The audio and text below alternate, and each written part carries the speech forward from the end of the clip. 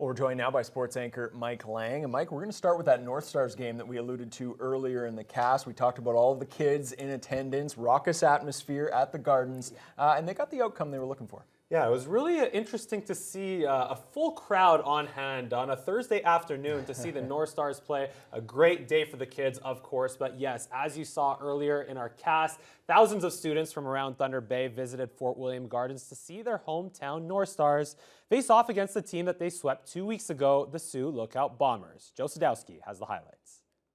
It's a highly anticipated rematch as the North Stars had a clean 3-game sweep against Sioux Lookout just 2 weeks ago, and in the Bombers' return to Fort William Gardens, they were greeted by 3,300 young fans who just about tore the roof off of the 73-year-old barn. The North Stars were without head coach Rob DeGagne behind the bench as he's serving his final game of his 3-game suspension. In his stead, his son and assistant coach, Rob DeGagne Jr., he filled the role of bench boss for this afternoon's contest.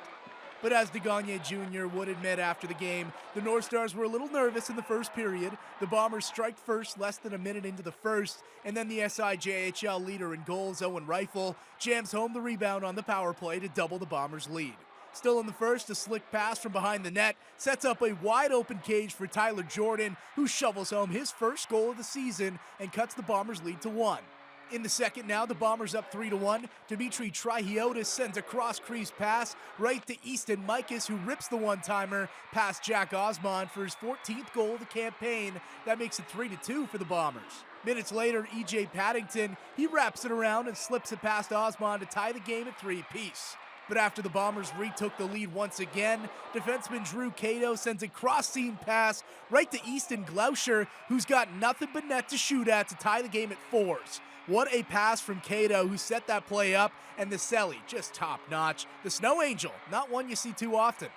Now into the third period, the Stars have the man advantage late in the final frame.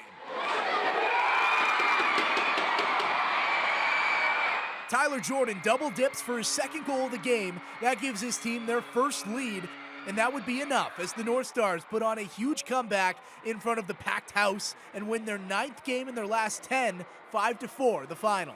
Oh, it was an unreal atmosphere. It was easy to get the guys excited for this one. I mean, it's not often we have that many people in the building, and I think the boys were pumped up. I think they might have been a little bit nervous at the start even too, but it was a lot of fun, and that definitely helped. I mean, with this crowd too, they're going crazy, so it was loud in here. I mean, we loved it. The atmosphere was great. So to be able to get the game winner, something special for sure.